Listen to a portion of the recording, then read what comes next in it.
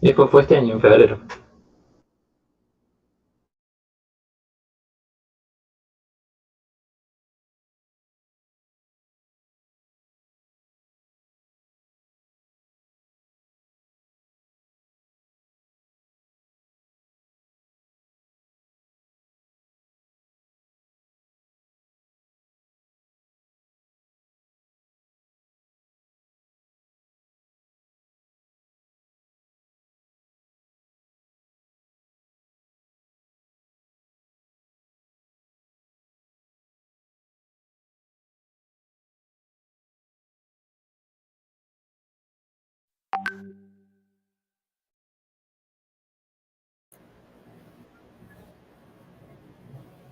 Bueno, de paso les doy la bienvenida y más que nada felicitarlos y agradecerles por el trabajo. Ni bien los convocamos, se pusieron a trabajar, así que placer. Ojalá se entregasen cada vez más y más los miércoles, me parece bárbaro la iniciativa. Y bueno, agradecerle a Andrés, que es el que hace punta en esto, para que lo sigan varios, muchos. Y bueno, como siempre, estoy para lo que necesiten y sigamos, que van bien. Y los felicito, de verdad, por el trabajo.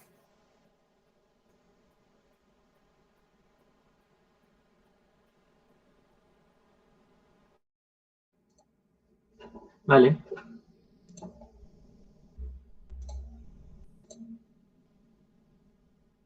Bueno, creo que hice la presentación, ¿no? Sí. Perfecto. Bueno, al menos a mí me habían dicho que iba a ser un seminario no tan formal, así que esa es la idea, no está preparado para que sea ni muy formal ni nada, así que eh, podemos ir charlando mientras tanto, podemos ir discutiendo los temas. Como dijo Sofi, me recibí hace muy poco de la licenciatura en física en la Universidad Nacional de Río Cuarto.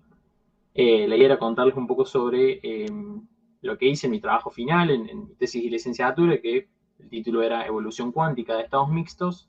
Así que contarles un poco qué es lo que trabajamos ahí y por supuesto después podemos charlar al respecto.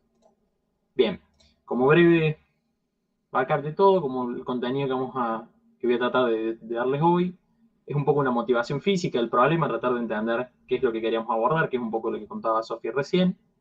Después sí algunos resultados previos que son necesarios para entender lo que hicimos a posterior.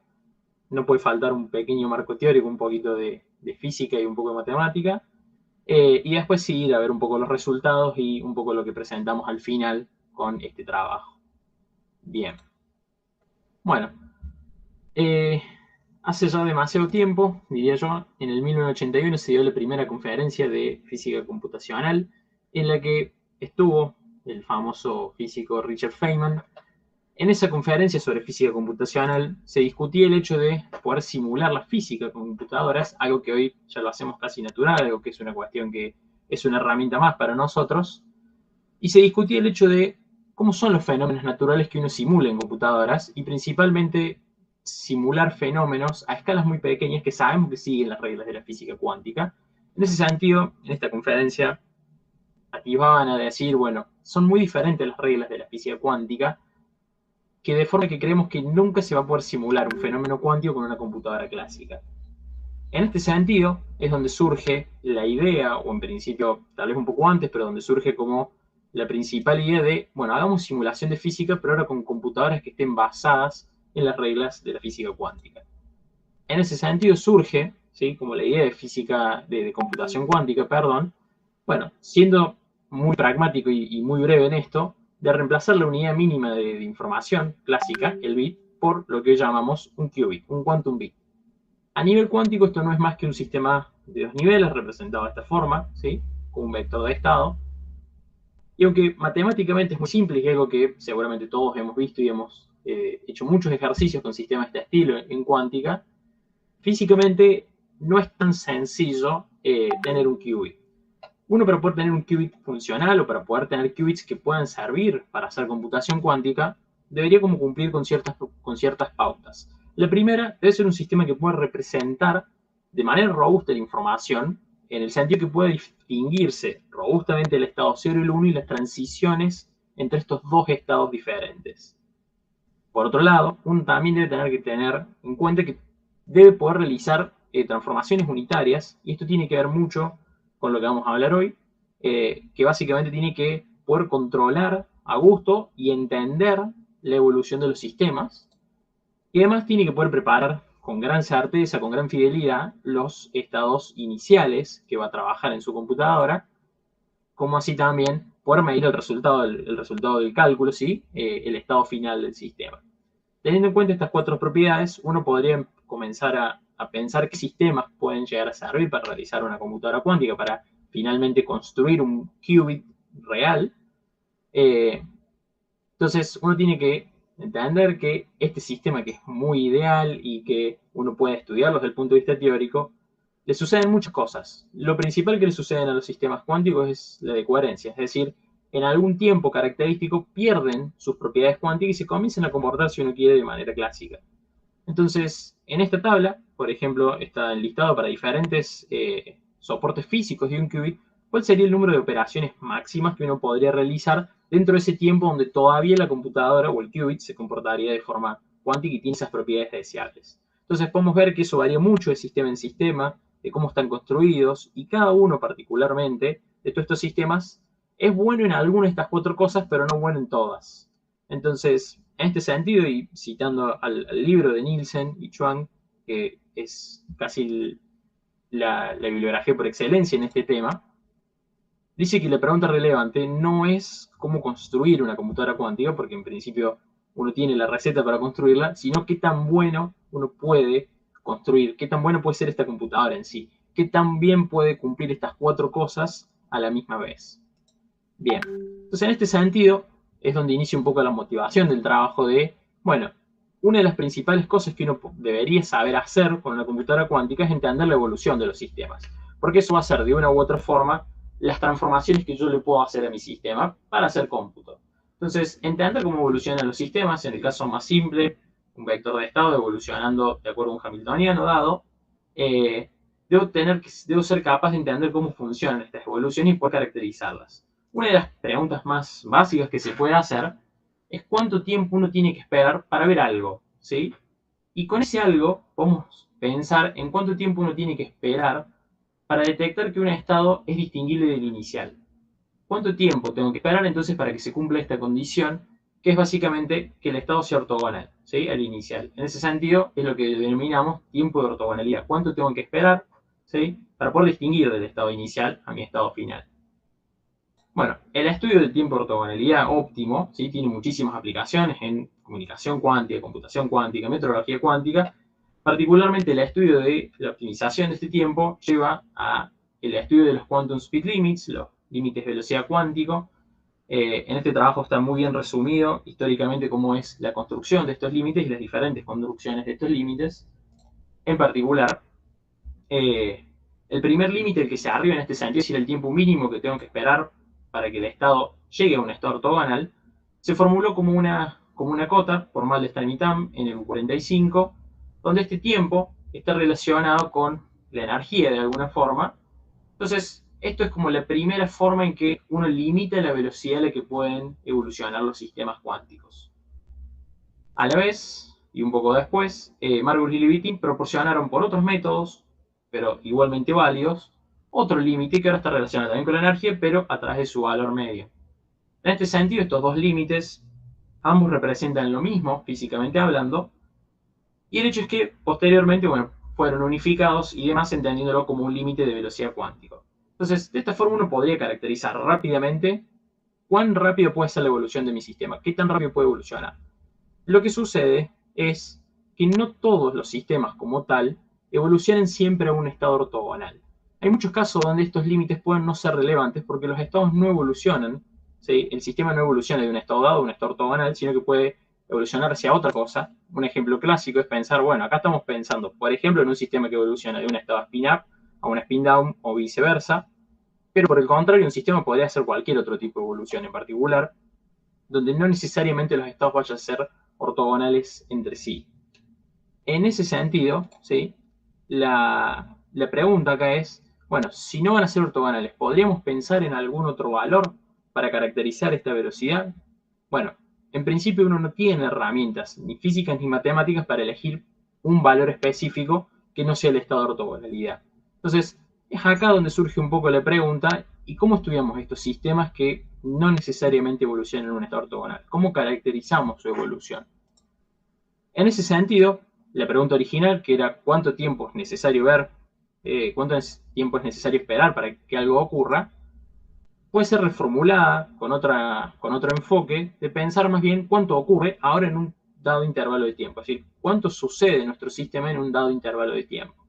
Esta pregunta ya se le hicieron a estos autores, particularmente en este trabajo, y como una posible respuesta a esa pregunta, llegaron a la definición, propusieron una cierta cantidad que ellos denominan cantidad de evolución, como una forma de cuantificar la evolución que experimenta un sistema en un intervalo dado.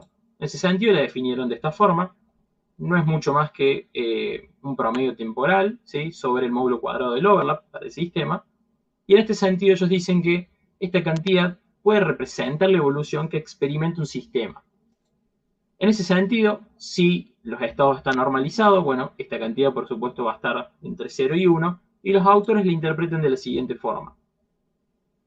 Dicen que si la cantidad de evolución toma valores cercanos a 0, eso nos indicaría particularmente un sistema poco evolucionado.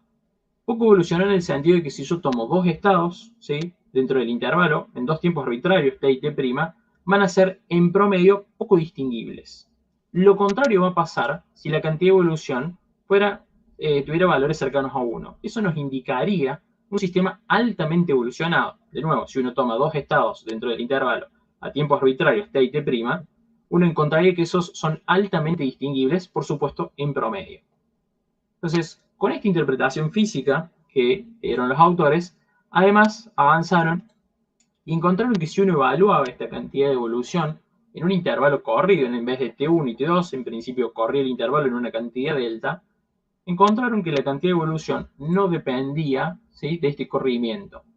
Al no depender la cantidad de evolución de este corrimiento, esto dado por supuesto por la unitariedad de las evoluciones, en el sentido de la cuántica, encontraron que la cantidad de evolución, en particular, puede ser entendida como una cantidad de evolución entre el intervalo, entre el extremo t1 y t2, o más bien, ¿sí?, en el intervalo 0 t mayúsculo, donde este t mayúsculo no es más que la longitud del intervalo.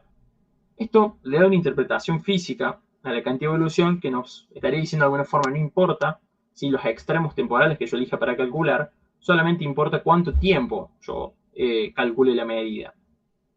Y en este sentido, entonces, depende esta cantidad de evolución del tiempo solo y únicamente a través de la longitud del intervalo. Bien, con esto, ellos también mostraron que esta cantidad de evolución puede calcularse en general para un estado puro de esta forma, bajo una evolución con un Hamiltoniano independiente del tiempo, en este caso, expresado en la base de la energía. Mostraron que la cantidad de evolución toma esta forma. No es más que funcionalmente una función sin cuadrado, donde aparece una frecuencia relacionada con las energías, las diferencias de energías, y tiene un valor asintótico definido que tiene que ver con los coeficientes de esta expansión. En ese sentido, por ejemplo, mostraron que esto aplicado a un qubit, es decir, un sistema de dos niveles, que se escribe de esta forma, en este caso en la base computacional, es decir, en la base 0,1, toma esta forma particular. Bueno, esto no es más que el gráfico de esta cantidad de evolución, donde podemos ver la forma, ¿sí?, de esta cantidad de evolución, y particularmente podemos ver que el valor asintótico se alcanza rápidamente para un tiempo natural definido, ¿sí?, como 2π sobre esta frecuencia relacionada con esa diferencia de energías. Es decir, este tiempo, entre comillas, digamos, natural, ¿sí?, la cantidad de evolución, esta medida, alcanza su valor asintótico.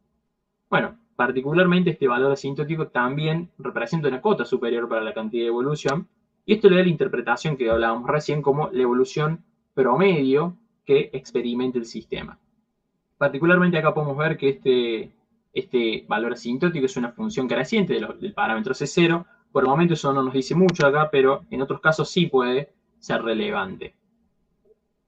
Bien, entonces, con esto, en principio, se propusieron estudiar varios sistemas, estudiaron diferentes sistemas, no solamente el qubit como sistema de dos niveles, y trataron de ver si era una cantidad, si era una medida que permitiera o no caracterizar la evolución de los sistemas cuánticos. En ese sentido, esos mismos autores hicieron la pregunta de si esta cantidad definida de la forma que estaba definida era suficiente para caracterizar la evolución de todos los sistemas cuánticos. Y cuando decimos todos, es incluyendo los sistemas cuánticos reales, los que están sujetos a interacción con un ambiente, los que experimentan ruido, los sistemas que en general uno va a tener en la vida real para construir una computadora cuántica. La respuesta corta es no, porque de nuevo existen estos procesos físicos reales que no van a poder ser modelados en principio por los vectores de estados a los que estamos acostumbrados, sino que vamos a necesitar ahí una formulación de estados mixtos. Y eso, bueno, dio particularmente el objetivo de mi trabajo, que era intentar generalizar esta cantidad de evolución para estados mixtos con el propósito de caracterizar evoluciones no unitarias. Y ya vamos a precisar en qué sentido no unitarias. Bien, esto a modo de entender qué es lo que pretendíamos hacer y por qué pretendíamos hacerlo, la idea ahora es simplemente dar un pequeño marco teórico como para estar todos parados en lo mismo. Y lo primero que quiero comentar es, volviendo para atrás un poquito, pensando de vuelta en los vectores de estados, dije, bueno, no van a ser suficientes, el formalismo de vectores de estado no nos va a servir en este caso, entonces vamos a necesitar introducir un nuevo formalismo, que es el formalismo de los operadores de densidad. ¿En qué sentido surgen estos operadores o esta nueva representación de los estados cuánticos? Bueno, principalmente en dos contextos uno va a necesitar este nuevo formalismo. El sentido más clásico, en principio, cuando uno tiene estados que están preparados de forma random, de forma que uno no sabe exactamente el estado en el que está su sistema. Esto es algo clásico de los sistemas termodinámicos, por ejemplo, en el sentido de que uno tiene cierta información perdida. Cuando no conocemos exactamente el estado del sistema, uno necesita describir un ensamble de estados, y en este sentido los operadores de densidades van a servir como herramienta para describir los ensambles de estados puros. Es decir, vamos a describir que el sistema puede estar en un cierto estado I, un vector de estado, con una cierta probabilidad PI. Entonces, en este sentido, los operadores de densidades pueden representar esta, entre comillas, pérdida de información clásica, en el sentido de que no conozco el estado del sistema. Exactamente. En el otro contexto en que pueden surgir estos operadores, y que es más de interés en el trabajo, es cuando necesitamos, por ejemplo, describir un dado sistema interactuando con un ambiente. En este sentido, si uno piensa en todo el sistema como un conjunto, ¿sí? Sistema principal, que es el de interés, y el ambiente, en su conjunto puede ser descrito por un vector de estado y estudiarlo de acuerdo al formalismo que tenemos todos de mecánica cuántica. En ese sentido, uno podría estudiar la dinámica del sistema conjunto, pero no podría acceder a la dinámica particular de nuestro sistema. Si uno quiere hacer eso, debe recurrir al formalismo de operadores de densidad para poder describir la dinámica de nuestro sistema principal. Entonces, en este sentido y en este contexto es que surge también el operador de densidad como formalismo y en el que lo vamos a explotar más. Entonces, como para dar un poquito de idea de a qué nos referimos con operador de densidad, todo operador que esté escrito de esta forma, vamos a decir que es un operador de densidad si cumple con las siguientes condiciones: que su traza sea 1, esto garantiza la interpretación probabilística, que sea definido positivo y que además sea hermítico, que sea autoadjunto este operador. Entonces, si un operador cumple todas estas condiciones, puede ser un operador de densidad y entonces representar un estado físico de un sistema. Todos los operadores de densidad, particularmente vamos a hablar de dos dimensiones ahora, admiten lo que se llama representación de Bloch, es decir, al operador de densidad lo puedo escribir de esta forma, donde particularmente toda la dinámica que estaba contenida, o sea, toda la información contenida en el operador de densidad, ahora queda contenida en un vector tridimensional de entradas reales, que puede ser mucho más sencillo de interpretar desde el punto de vista geométrico. Y en ese sentido, además, se puede probar que la traza de estos operadores al cuadrado siempre es menor o igual que 1, siendo igual que 1 únicamente cuando el estado es, decimos, puro, en el sentido que hay certeza total del estado en el que se encuentra el sistema. Es decir, las probabilidades acá es 1, alguna probabilidad es 1 y el resto son todas 0, entonces tenemos certeza en el estado que se encuentra, y eso es el estado que antes conocíamos, un estado puro. Particularmente cuando es menor que 1, hay un cierto grado de nuevo, desde el punto de vista clásico, de pérdida de información, en el sentido de que el estado ahora es mezcla, es un estado mixto, tiene un cierto grado de mezcla. Como para dar un poco de orientación en esto, un estado mixto general de dos dimensiones se puede escribir de esta forma, donde los coeficientes cumplen las relaciones apropiadas para cumplir con el teorema de caracterización. Y la representación de Bloch lo que nos dice es que podemos encontrar este vector tridimensional y graficarlo dentro de una esfera unitaria. Y la dinámica que presenta ese vector en esa esfera unitaria es efectivamente la dinámica que está es la dinámica del sistema que estamos representando. Entonces, la pureza para este estado no es más que una función cuadrática en alfa y beta, y una función, bueno, simétrica en alfa 0,5 y simétrica en beta 0. Fijémonos que el máximo valor que puede tener esta pureza es 1, y el mínimo, si uno lo analiza, también puede encontrar que el mínimo valor es 0,5, es un medio el mínimo valor de la pureza. Es un estado totalmente mixto, donde uno pierde totalmente la información del estado. Bien. La otra cosa que debemos tener presente es que estamos hablando de sistema de 2 niveles. Por ahí uno dice, ¿por qué estamos hablando de sistemas de 2 niveles? ¿Por qué no de 3, 4, lo que sea? Está bueno siempre decir que los sistemas de 2 niveles pueden ser representados por este hamiltoniano, es bastante común en el ámbito de la cuántica. Y este vector definido de esta forma es el vector de Bloch definido anteriormente. Y los sistemas de 2 niveles son, de alguna forma, el sistema más simple que uno puede estudiar desde este punto de vista, que exhiba alguna de las propiedades que uno quiere. Por supuesto, además de tener interés en computación cuántica como la unidad mínima de información. Particularmente, por ejemplo, este sistema podría representar muchos sistemas particulares, como podría ser un átomo. Si un sistema de 2 niveles podría modelar un átomo, podría ser un átomo de hidrógeno, o podría ser cualquier otro átomo, considerando, no sé, los últimos 2 niveles, por ejemplo. Y eso también nos da como pauta de pensar, bueno, también podemos representar un sólido con un sistema de 2 niveles, representando la banda de valencia y conducción, por ejemplo, del sólido. Y podríamos, con este modelo, estudiar mucho de cómo se comportan los sistemas. Por ejemplo, entender cómo se comportan los sólidos en este sentido y dar una cierta interpretación en el contexto de los circuitos cuánticos. Y además, entendiendo cómo se comporta este hamiltoniano, cómo se comporta este sistema, que en principio es libre, o sea, no tenemos ninguna interacción, tenemos nuestro qubit o nuestro sistema de 2 niveles si queremos perfectamente aislado, uno puede comenzar a entender qué pasa si uno lo perturba. Si uno le da algún tipo de interacción, por ejemplo, un campo eléctrico o demás, y comenzar a entender cómo es la evolución de este sistema. Y esto va a ser, ¿sí?, lo que queremos estudiar, cómo se comporta el sistema cuando uno tiene algún tipo de interacción. Bueno, ejemplos hay un montón, ¿sí? Uno podría entender en estos sistemas de 2 niveles cómo las diferentes interacciones lo afectan. Bien, entonces, hasta acá venimos hablando de, si queremos, los sistemas de 2 niveles, sistemas cuánticos aislados en principio, pero queremos describir, sabemos, de acuerdo al formalismo del operador de densidad, queremos describir sistemas cuánticos que son los que llamamos abiertos. En ese sentido, como dijimos antes, uno puede tener un sistema de interés y un determinado ambiente, en principio no importa mucho cuál, pero que hay una cierta interacción entre ellos dos. El sistema conjunto es cerrado, entonces su evolución es unitaria en el sentido de lo cuántico y uno puede escribir su estado de esta forma. Bueno, siempre suponiendo que inicialmente están en un estado separable. Y cuando decimos sistema cuántico abierto nos referimos a que si queremos estudiar la dinámica del sistema principal, el sistema de interés, en principio ese sistema a un tiempo t1 y un tiempo t0, el estado del sistema, podría no estar relacionado entre transformaciones unitarias. Esto, por supuesto, debido a que esté interactuando con otro sistema, que es el ambiente. En ese sentido, decimos que esto es un sistema cuántico abierto, ¿sí?, nuestro sistema, y que su evolución es no unitaria. Sin embargo, sí se puede describir su evolución, como decíamos, con el formalismo del operador de densidad.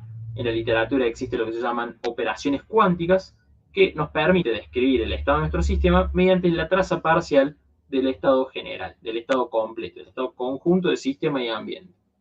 En este sentido, estas operaciones cuánticas siempre pueden escribirse de esta forma, es decir, el estado de nuestro sistema a un dado tiempo t, siempre se puede escribir como esta suma de productos de operadores, donde los operadores E son los llamados elementos de operación y son operadores únicamente en el espacio del sistema principal. Es decir, todo lo que aparece en este lado de la ecuación solamente tiene que ver con nuestro sistema principal, ¿sí?, y no estamos haciendo referencia al ambiente. Por supuesto, la dinámica, ¿sí?, que resulta en el sistema principal va a estar dada por cómo sea la interacción con este dado ambiente.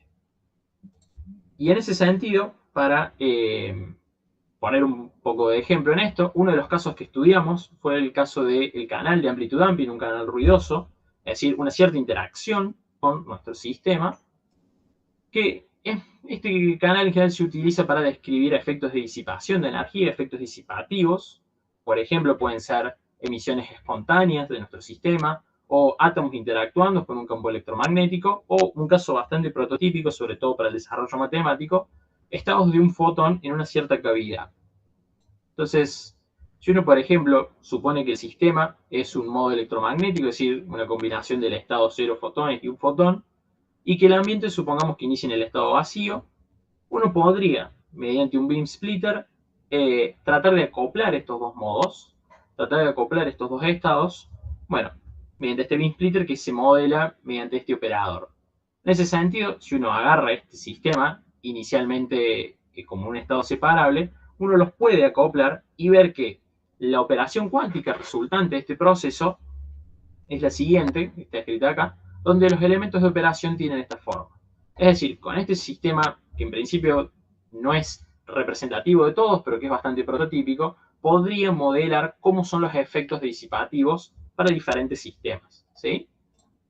Entonces, por ejemplo, para una matriz de densidad de esta forma genérica, si esto es un qubit, un sistema de dos niveles, el efecto de un canal de este tipo, el efecto de un canal de amplitud damping, tiene esta forma, es decir, la matriz a un tiempo t va a tener esta forma donde sigue cumpliendo el teorema de caracterización para los operadores de densidad, pero ahora aparece una cierta función p de t y esa función p de t tendrá que ver con cómo es el proceso, cómo es la interacción con el ambiente y de acuerdo a la forma que tome nos va por supuesto a reflejar diferentes dinámicas del sistema y va a ser un caso de estudio diferente. Entonces, entendiendo un poco eso, entendiendo la física de los sistemas que queremos estudiar y volviendo un poco al problema original, el objetivo era generalizar la cantidad de evolución, esa medida que nos permitía, en principio, caracterizar evoluciones. Para hacer eso, si recordamos para estados puros, estaban definidas en términos del overlap, una medida de distinguibilidad básicamente entre estados puros, entre vectores de estado. Ahora, si queremos generalizar eso a estados mixtos, vamos a tener que tratar con medidas de distinguibilidad, pero para estados mixtos. Entonces, en este trabajo particularmente, tratamos con varias. Tratamos, por ejemplo, con la distancia traza, que en términos de los vectores de Bloch tiene esta forma, es casi una distancia euclidiana. Tratamos con la fidelidad, con la distancia Hilbert-Smith, que está bastante relacionada con la distancia traza. También con la entropía relativa y con la divergencia Jessen-Llanon. Todas estas medidas de distinguibilidad, vale aclarar, son todas matemáticamente válidas y físicamente también. La dificultad en este contexto en general, en esta rama de la física cuántica y de la teoría de información en general, es que para estados mixtos uno no tiene una medida de distinguibilidad predilecta. Son todas en principio equivalentes, uno no tiene una razón ni física ni matemática para elegir una u otra. Entonces, todo lo que hagamos va a depender de cuál de todas estas medidas elijamos y por supuesto, numéricamente los resultados van a ser diferentes. Entonces, una de las principales preguntas que nos hicimos en el trabajo fue si, bueno, eligiendo diferentes, ¿qué tanto van a cambiar los resultados? ¿Cualitativamente al menos van a ser similares? ¿O dependiendo de lo que yo elija voy a haber comportamientos totalmente diferentes? Bueno, entonces, eso es una pregunta importante porque, en principio, todas tienen origen físicos diferentes, algunas son más bien geométricas, otras son más bien informacionales, y matemáticamente no todas son estrictamente una métrica, algunas cumplen alguna propiedad más, alguna propiedad menos, pero sí es importante rescatar que son todas invariantes bajo transformaciones unitarias. Es decir, en general, casi todas las medidas de distinguibilidad que uno puede construir son invariantes bajo transformación unitaria en este sentido. Si nuestro estado evoluciona de manera unitaria, entonces la medida de distinguibilidad se conserve de esta forma. Es como pensar que bajo rotaciones las distancias se conservan en el sentido euclidiano. Bien, entonces, con todo esto, que sé que fue un montón, pero con todo esto como base para arrancar, la idea era, bueno, sabíamos que para estados puros, en un trabajo ya se había definido esta cantidad de evolución como forma de caracterización, y lo que queríamos hacer era generalizar esto, extender esta definición a estados mixtos. Bueno, el camino es natural y es claro, hay que reemplazar esto por alguna medida de distinguibilidad entre estados mixtos. Lo más natural sería reemplazar esto por alguna de cualquiera de las que definimos antes o cualquiera de las otras que existen también. Acá es necesario sacar el 1 menos simplemente porque mientras esto da 0, en general las medidas de distinguibilidad entre estados mixtos dan 1 y viceversa, pero en sí la definición es prácticamente lo mismo, simplemente haciendo este cambio que decía. Entonces, uno define esto, en principio, sin hacer referencia a una medida de distinguibilidad particular. Después, cuando uno quiera hacer cálculo, tendrá que poner ahí, pero tratamos de explotar lo más que pudimos en nuestro trabajo las propiedades de esta cantidad de evolución sin hacer referencia a una medida de distinguibilidad particular. En este sentido, la primera pregunta que nos hicimos es cómo es la dependencia con la longitud del intervalo, en el mismo sentido que los estados puros, sin poner algo directamente acá, sin elegir una medida de distinguibilidad. Bueno, en ese sentido, resultó que si las evoluciones que estamos tratando son unitarias y si las medidas de distinguibilidad son invariantes bajo transformaciones unitarias, algo que como dije suelen cumplir la mayoría de las medidas de distinguibilidad, entonces, tal como en el caso para los estados puros, la cantidad de evolución puede ser escrita o depende del tiempo solo a través, ¿sí?, de la longitud del intervalo. De nuevo, esto refleja la interpretación física que habíamos hablado antes, en el sentido de no importa en dónde yo comience o dónde finalice a hacer el cálculo, sino que solo importa cuánto tiempo deje al sistema evolucionar. En este sentido, bueno, por definición, nuevamente esta cantidad va a estar acotada entre 0 y 1, y si ahora sí hacemos referencia explícita al valor asintótico, es decir, lo definimos de esta forma, como límite cuando T2 tiene infinito, bueno, inmediatamente uno acá podría decir, este valor asintótico depende o no depende de T1. En principio, con esta definición podría depender de dónde uno inicie el cálculo, pero es inmediato que en estas condiciones previas, evolución unitaria e invariancia, el valor asintótico no depende, ¿sí?, del valor inicial T1. Y esto, que se da en estas condiciones, también se da en las condiciones de evoluciones no unitarias. Es decir, uno podría eliminar esto de acá, esta hipótesis, y aún así el valor asintótico de esta cantidad no depende de T1. ¿Sí? Y esto es crucial, al menos en la interpretación física de esta cantidad, porque ahora sí uno podría permitirse decir que la cantidad de evolución representa, al menos su valor asintótico, la evolución promedio, ¿sí?, que experimente el sistema. ¿Sí? Entonces, este valor asintótico tiene esa interpretación física tanto para evoluciones unitarias o no unitarias, es decir, independientemente de cómo evolucione el sistema. Bueno, además intentamos llegar a una expresión general, como se había hecho para el caso de los estados puros, es decir, tomar un estado mixto de esta forma, evolucionando, bueno, bajo una evolución, en este caso un hamiltoniano independiente del tiempo, que queda con esta forma. Bueno, si uno quisiera ahora llegar a una fórmula general, a una versión general de la cantidad de evolución, uno tendría que ser capaz de calcular una medida de distinguibilidad. Bueno, la mayoría, por no decir casi todas, requieren diagonalizar. Por ejemplo, si uno quisiera usar distancia traza o entropía relativa, eventualmente tiene que diagonalizar esto. Y diagonalizar esto en principio no es tarea sencilla porque es todo general, todo muy genérico, incluso hasta en dimensión. Esto podría tener dimensión infinita en principio. Entonces no es tan sencillo hacer un cálculo general pensando en que uno tiene que diagonalizar. Y en ese sentido es donde aparece la distancia Hilbert-Smith como un caso particular porque no requiere de diagonalización.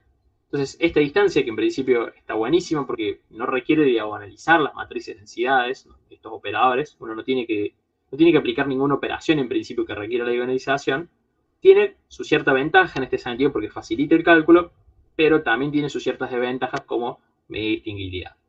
Entonces, usando esta distancia de Hilbert-Smith, uno puede ver que, para este caso de un estado general, toma esta forma. Esta es la medida de distinguibilidad. Toma esta forma, es bastante compleja antes de tomar la traza, donde esta función es una función compleja matemáticamente hablando, pero cuando uno toma la traza se simplifica mucho y la cantidad de evolución, ahora sí, después de hacer la integral correspondiente, tiene esta forma. Funcionalmente vuelve a ser de nuevo un 1 menos sin cuadrado, ¿sí? Y vuelve a aparecer una frecuencia asociada a la diferencia de energías. Es decir, es muy similar al caso de lo que habíamos hablado para estados puros, entonces vale prácticamente la misma interpretación, al menos funcionalmente. Su valor asintótico depende, bueno, de las probabilidades del ensamble de probabilidades, y depende también de los coeficientes de expansión en la base de energía. Y particularmente, de nuevo, si uno define este tiempo natural del sistema asociado con esta frecuencia que tiene que ver con la diferencia de energías, uno puede ver que la diferencia todo tiempo de la cantidad de evolución y su valor asintótico depende funcionalmente del sin cuadrado. Entonces, si retomamos esto y miramos cómo es la función sin cuadrado, acá ya está escrita en términos del tiempo natural, o sea, en este tiempo dimensionalizado, la cantidad de evolución, la función sin cuadrado, para después de pi, es prácticamente cero esta función. Entonces, uno podría decir, bueno, cuando esto sea 1, o cuando esto ya sea mucho más grande que 1, es decir, para tiempos que sean aproximadamente iguales o mayores ya al máximo de cualquiera de estos tiempos naturales, recordemos que acá tenemos una suma de todas las diferencias de energía, la cantidad de evolución difiere muy poco de su valor asintótico. Es decir, después de estos tiempos naturales, uno puede aproximar, con muy poco margen de error, uno diría casi correctamente, a la cantidad de evolución por su valor asintótico. Y es nuevamente acá donde uno tiene más confianza en decir todavía que entonces el valor asintótico representa ese promedio, esa evolución promedio que experimenta el sistema. Bueno, para ponerlo un poco en ejemplos, nos pareció importante en su momento estudiar, aunque nuestro objetivo era estudiar dinámicas no unitarias, en el sentido que hablamos antes, tratar de ganar confianza con esta cantidad de evolución para dinámicas unitarias. Son dinámicas donde uno sabe más o menos qué ocurre, uno tiene como una caracterización mayor del sistema, y estudiar cómo se comporta esta medida de evolución podría dar algunos detalles que son relevantes a posterior.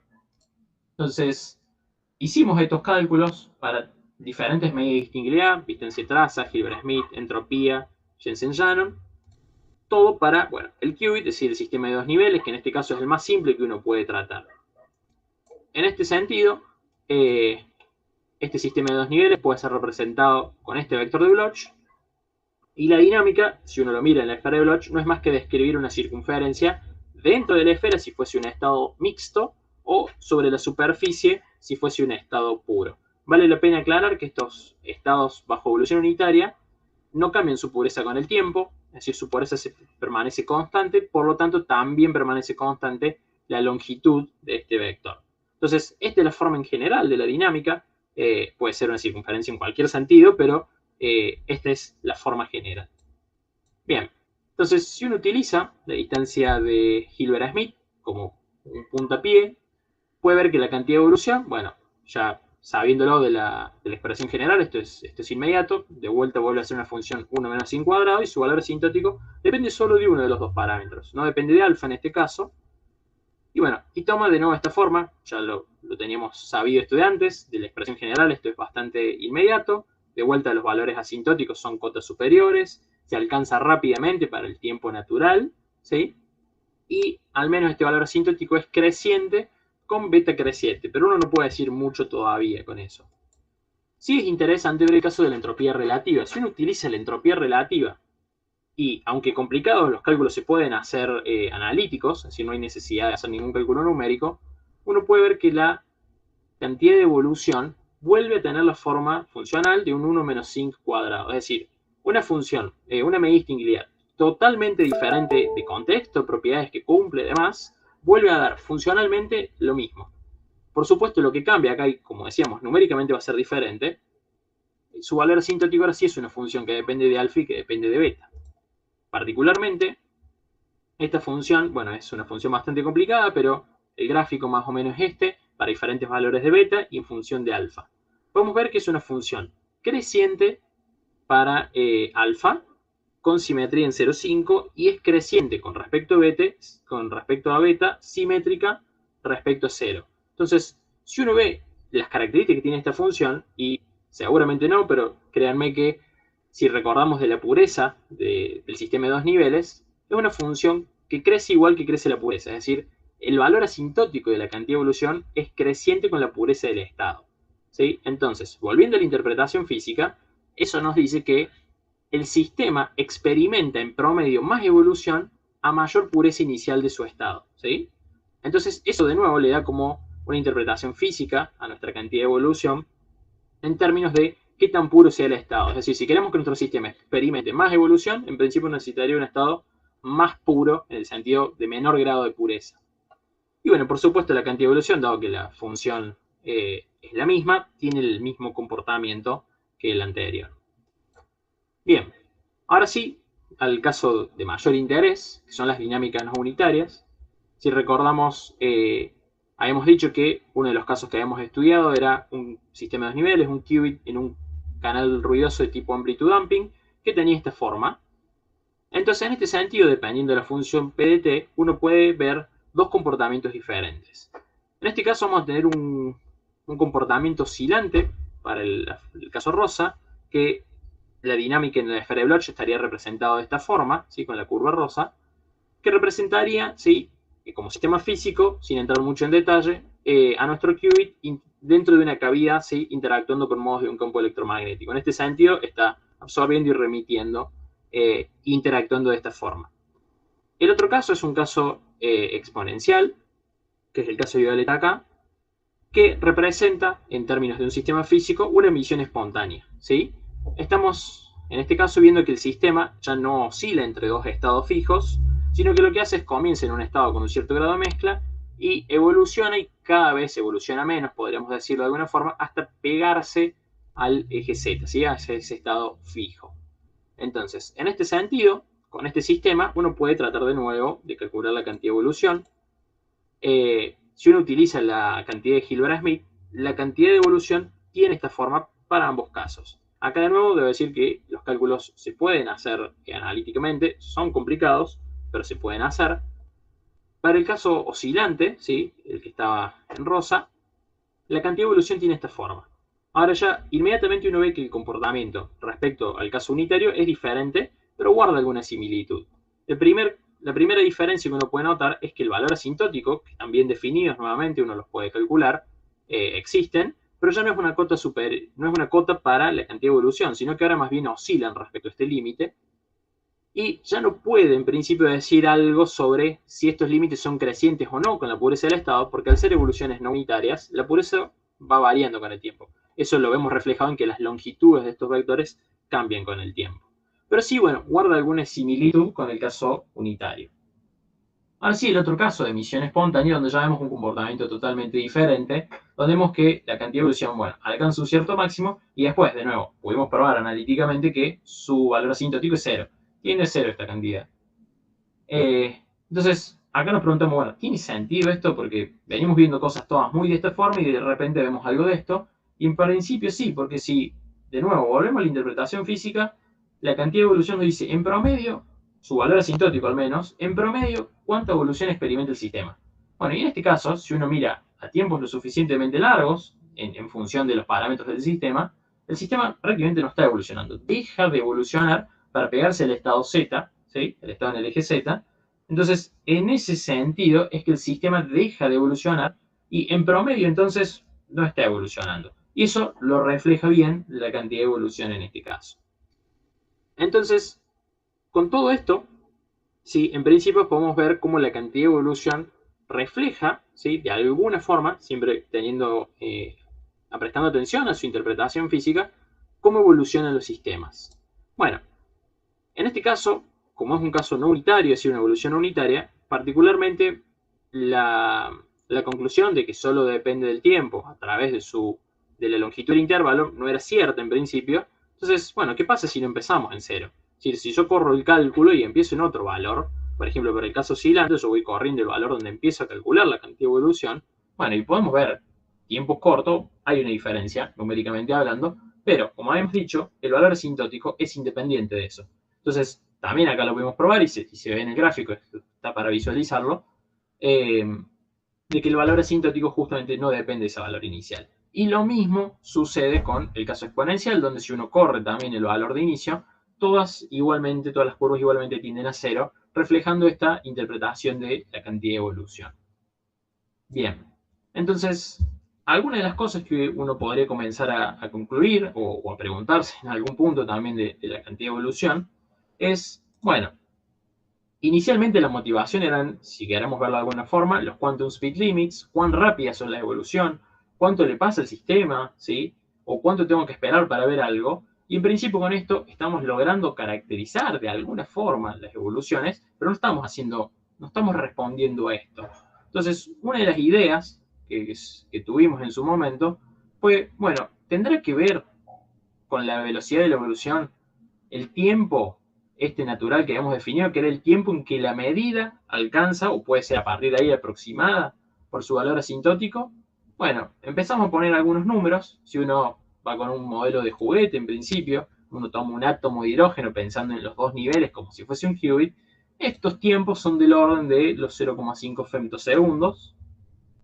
Y si uno va a un modelo un poco más realista, pero aún así bastante prototípico, no es digo muy nuevo esto, puede pensar que que este tiempo es del orden de los 10 nanosegundos, un tiempo muchísimo mayor en el sentido de el átomo de hidrógeno. Ahora bien, este tiempo, en principio, ¿qué nos dice de la rapidez de la evolución? Y bueno, y la verdad que no estamos seguros, todavía tenemos algunas ideas de para qué nos puede indicar esto, pero no sabemos muy bien qué significa estos tiempos en términos de la evolución, de la velocidad de evolución del sistema. Entonces, es algo ahí que es una pregunta que queda pendiente por responder. Y sí, la pregunta que nos hicimos bien al inicio y que me parece una de las más relevantes en este contexto es, bueno, uno puede probar con todas las medidas de inglés que quiera. ¿Importa finalmente cuál usamos? Por supuesto, numéricamente hablando, sí importa, van a dar todos resultados diferentes. Pero al menos, cualitativamente, ¿pueden describir todas de la misma forma la evolución del sistema o nos van a dar cosas diferentes? Bueno, como para tener una idea, nosotros evaluamos para la evolución unitaria de un qubit, como dije al principio, para diferentes medidas de Tingley-A. En este caso, Hilbert-Smith y entropía relativa son las dos curvas sólidas en este sentido de trazo continuo, que son cálculos analíticos, y para la distancia traza y la distancia Hilbert-Smith, los dos de trazo punteado, son cálculos numéricos, y podemos ver de entrada que son todas numéricamente diferentes, pero que pareciera que cualitativamente reflejan el mismo comportamiento. Todas pareciera que alcanzan un valor asintótico, que fuese una cota superior, que se alcanza rápido en este tiempo natural del sistema y demás. Entonces, nos planteamos, bueno, ¿qué pasa si normalizamos la cantidad de evolución en cada uno de esos casos por su valor asintótico? Bueno, si hacemos eso, acá el gráfico simplemente está dividido en dos para verlo más en detalle, podemos ver que para el caso de usar distancia traza, distancia Hilbert-Smith y entropía relativa, es prácticamente lo mismo, ¿sí? Son muy similares. De hecho, en el caso de Hilbert-Smith y entropía relativa son exactamente lo mismo. Y solamente difiere un poco la cantidad de evolución para el caso de la divergencia de Jessen-Shannon, pero es relativamente poco. Y podemos ver en ese sentido que aún así el comportamiento de la forma es la misma. En este sentido, entonces uno podría pensar que, ok, no importa demasiado la medida distinguibilidad, al menos no numéricamente, si uno no le interesa en principio el número exacto acá, pero sí podría reflejar el comportamiento cualitativo del sistema. Entonces, en ese sentido, cuando uno estudia todo en su conjunto, uno podría decir que el comportamiento cualitativo de la cantidad de evolución está relacionado más bien con una propiedad intrínseca del sistema y que no depende como tal de la medida de distinguibilidad que uno decide usar. Y eso es importante, porque si uno quisiera usar esto como medida, esta cantidad de evolución como una herramienta, no tendría que ser diferente en el sentido de la medida de distinguibilidad que uno use. Entonces, en este sentido es que puede ser una herramienta, y esto que definimos de esta forma, bueno, podría ser una herramienta de caracterización. Pero para poder presentarla como una herramienta de caracterización hay mucho más por hacer todavía.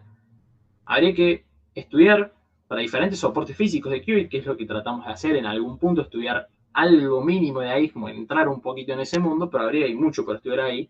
También una cosa que uno tendría que estudiar son sistemas de mayor dimensión. Nosotros hicimos cosas de dimensión 2, pero nada nos impide ir a mayor dimensión, como también habría que estudiar sistemas de múltiples qubits acoplados y ver qué sucede. Y también, por ejemplo, la generación del entrelazamiento entre los múltiples qubits, o así también, por ejemplo, entre el único qubit que tenemos y el ambiente, y ver qué tiene eso para decir, qué tiene la cantidad de evolución para decir con respecto al entrelazamiento. Y por supuesto, todo esto hay que estudiarlo con todas las medidas de distinguibilidad que uno pueda, no solo las que mostré, sino con todas las que uno puede encontrar para ver si las conclusiones que uno intenta arribar acá de que es independiente en principio de eso, ver si pueden ser extendidas a todos estos otros casos. Y bueno, creo que eso sería todo, así que bueno, estoy abierto a preguntas y podemos discutir todo lo que quieran.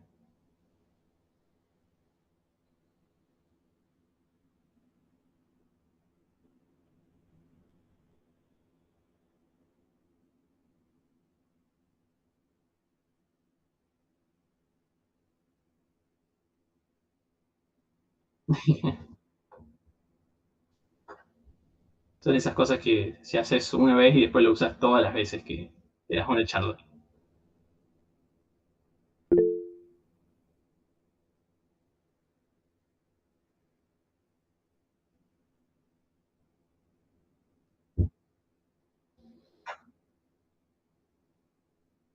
Ujú.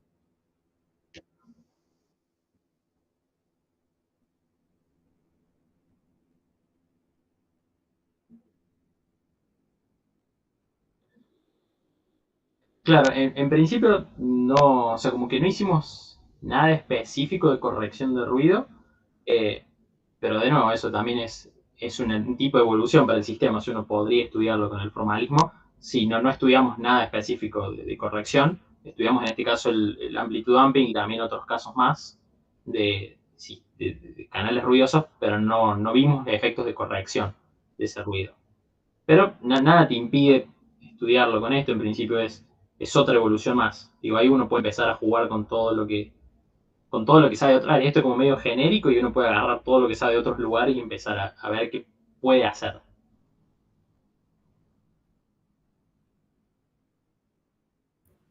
Sí, gracias. Muy linda la charla, Andrés, realmente. Y te quiero preguntar nada más un poco para saber, dijiste por ahí que te quedaron preguntas que aún no se contestan. ¿Vos seguís trabajando en el tema? ¿Cómo es tu continuidad ahora?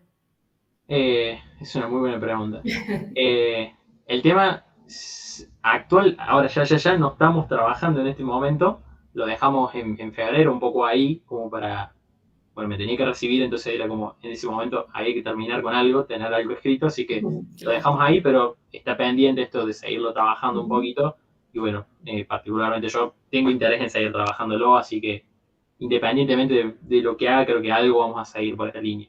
Ujú. ¿Y en qué condiciones estás? O sea, ¿qué vas a hacer? ¿Vas a hacer doctorado? La, ¿Terminaste? la idea es hacer doctorado, Ah, todavía no tengo muy claro dónde, cómo, todo como muy reciente, así que estoy como tratando de tomar las decisiones más adecuadas en este momento, pero sí la idea es avanzar con posgrado y, bueno, seguir en esta línea en general de, bárbaro. de sistemas cuánticos y un poco de computación cuántica. Bueno, y ahora me tengo que poner la camiseta de la AFA y de paso invitarte, si no lo hiciste todavía, está el premio Masperi, seguramente los chicos de la subcomisión van a hacer propaganda también, pero serías un buen candidato, digamos, para presentarte. Si no te presentaste, ya podrías estar aplicando, digamos. Y bueno, nada, a todos los que estén escuchando, recordarles esto, ¿no? Que es una buena oportunidad el premio y si no son socios de asociarse y empezar a integrar la AFA, que es lo que buscamos, ¿no? Con todo esto. O sea, acá está Mariela también, que integra la comisión directiva, es la tesorera, yo soy vocal, no me presenté, yo lo hice todo muy, muy natural. Soy vocal por Santa Fe, así que bueno, la verdad que serías un buen candidato para el premio Masperi, si no, o sea, lee las bases, fíjate que es re interesante, lindo premio, y bueno, y ojalá te volvamos a ver en la reunión próxima en La Plata. Ahí dejo, quería copiar el enlace del Masperi. Ah, bueno. De paso saludo. ¿Cómo están? Felicitaciones por el seminario, felicitaciones por el ciclo, a toda la subcomisión y por todo el trabajo que están haciendo. Es un lindo plan de encontrarse para charlar y que queden los seminarios. Yo me metí en YouTube también para ver cómo iba la cosa, y había unos 7 personas y si queda ahí también está buenísimo. Perfecto. No, pero está bien.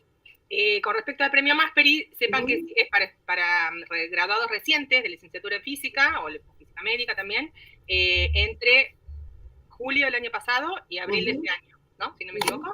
Y cierra este sábado 31. Ok. No se lo lo pierdan los que se hayan recibido en ese periodo. Pueden ser socios o no socios, obviamente siempre son bienvenidos que sean socios de AFA. Pero bueno, en la página de AFA encuentran toda la info. Toda la información, sí. Sí, no me inscribí, pero lo tenía pensado, así que ya lo voy a completar en estos días. Es por autopostulación este premio, ¿sí? Cada persona, cada graduado puede postularse. Y después, me falta una W en el enlace que pasé recién. Y después, sumarle también que está por salir la segunda circular de la tercera reunión entre AFA y SUF, que se va a hacer este año en septiembre en La Plata, que vendría a ser la 110 RAFA. Pero bueno, nos unimos a la Sociedad Uruguaya de Física y ya arranca la semana que viene las inscripciones. Sí, por lo que vi, Sofía dijo que estaban pensando en hacer algo en conjunto, ¿no? O sea, ver si pueden.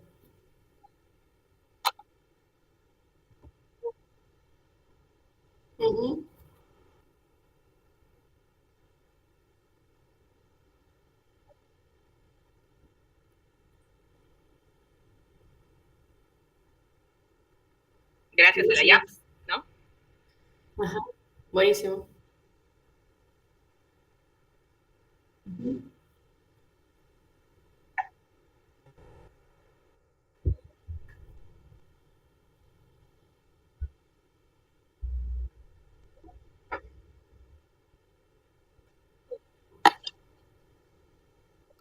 Buenísimo.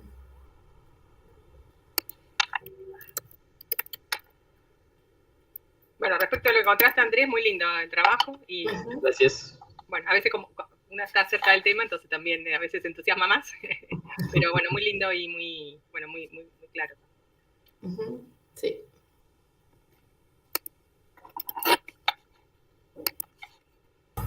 Bueno, pues unas felicitaciones por recibirte por la charla que nos diste y también en la página del público si quieren hacer alguna pregunta, creo que un momento. Yo me fijo con las del chat de YouTube.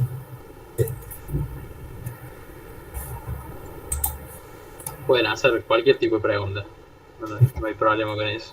Algunas las voy a poder responder, no todas, pero bueno.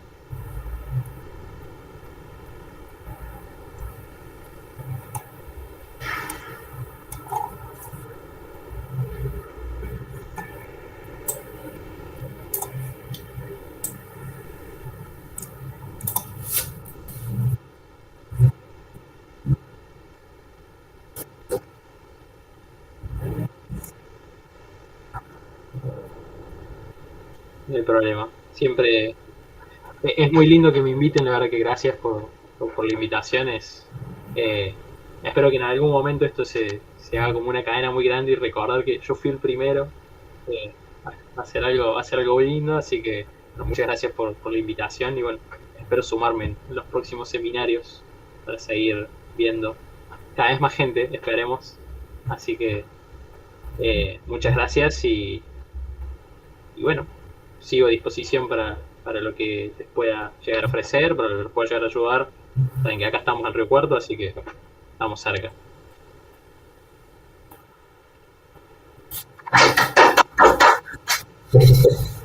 Bueno.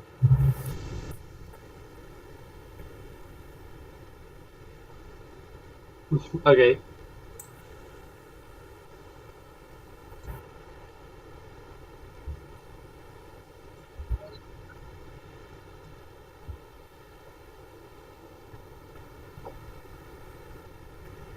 Buenísimo. Al final usaron el YouTube de...